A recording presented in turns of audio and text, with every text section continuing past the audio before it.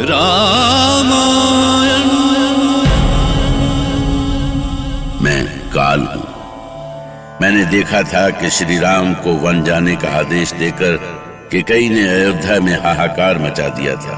किसी को अपने कानों पर विश्वास ही नहीं हो रहा था कि कोई राम के साथ भी ऐसा कर सकता था। ये समाचार आग की तरह जहां जहां फैलता वहीं हाहाकार मच जाता। मां कौशल्या का रो रो कर बुरा हाल हो गया था।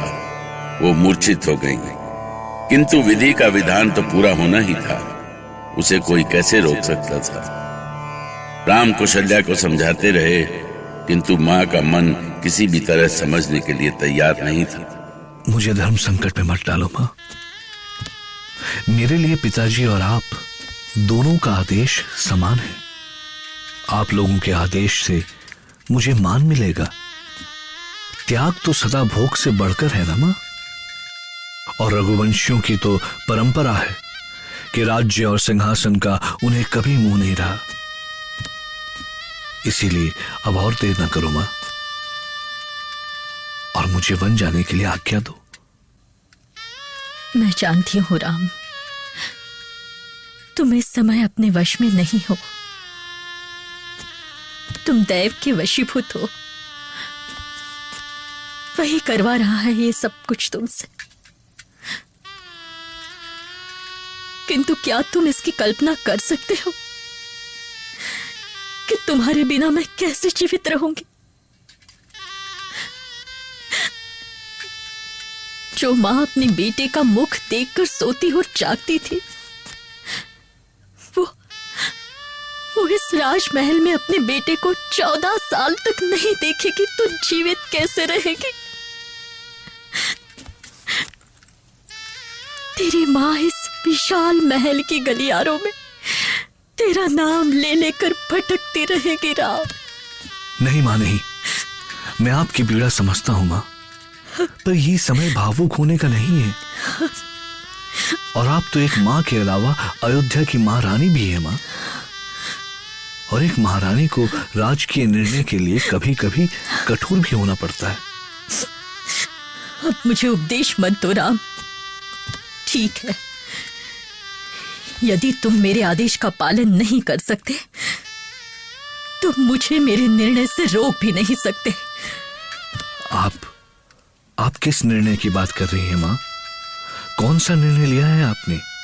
मेरे वन जाने का निर्णय। मां, हाँ, यदि तुम मेरी बात नहीं मानते हो तो मैं भी अयोध्या छोड़ दूंगी और तुम्हारे साथ वन चलूंगी मैं। मां, आप ये क्या कह रही हैं मां?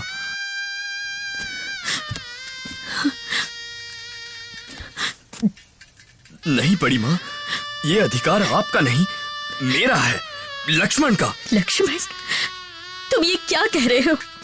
मैं उचित कह रहा हूं बड़ी मां।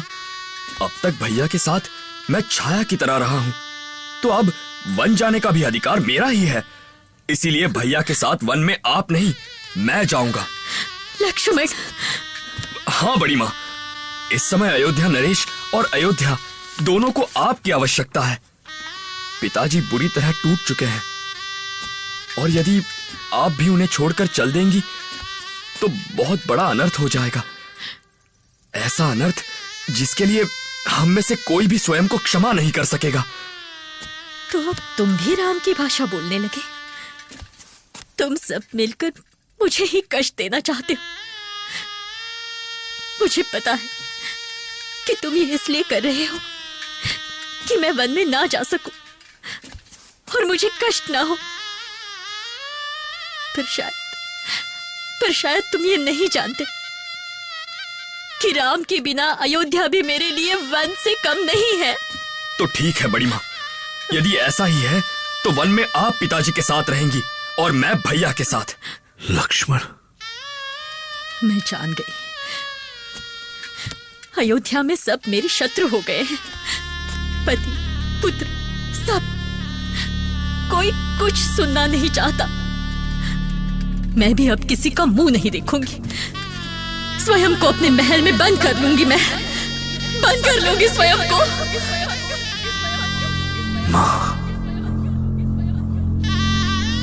हे प्रभु, श्री राम के सामने ये कैसा संकट आ खड़ा हुआ था। सभी उनके साथ वन जाना चाहते थे।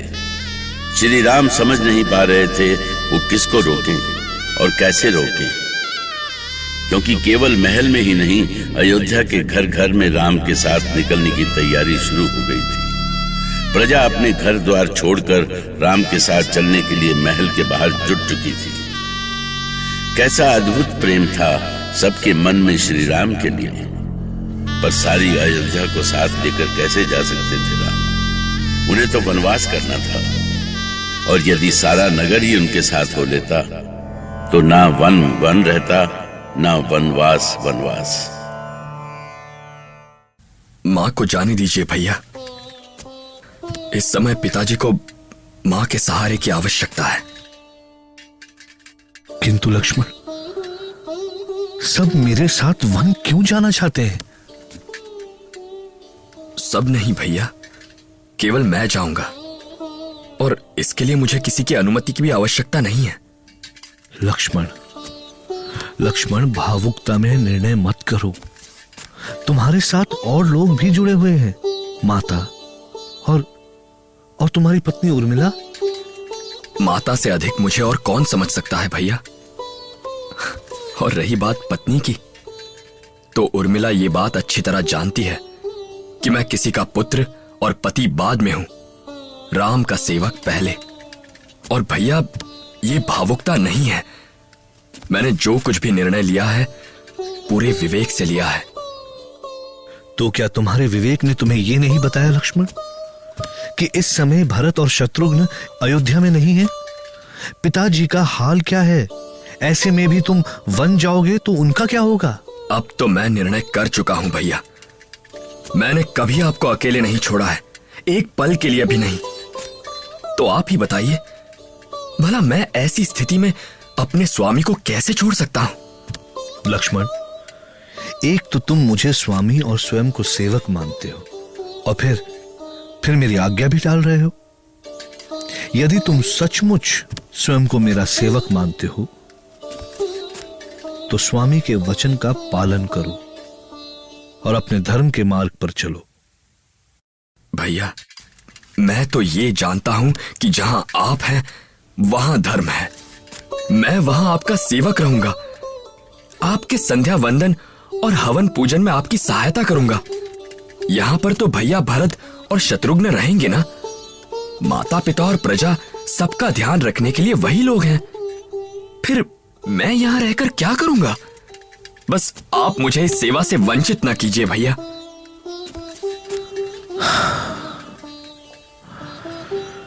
लक्ष्मण, मैं तुम्हारे हठ और समर्पण के आगे विवश हूं लक्ष्मण, क्योंकि मैं जानता हूं कि तुम यहां रहे भी तो तुम्हारा यह समर्पण तुम्हें और कुछ सोचने नहीं देगा। तो भैया, मैं आपकी इन बातों का क्या अर्थ समझूं? इसका यही अर्थ है लक्ष्मण कि तुम भी मेरे साथ वन चलोगे।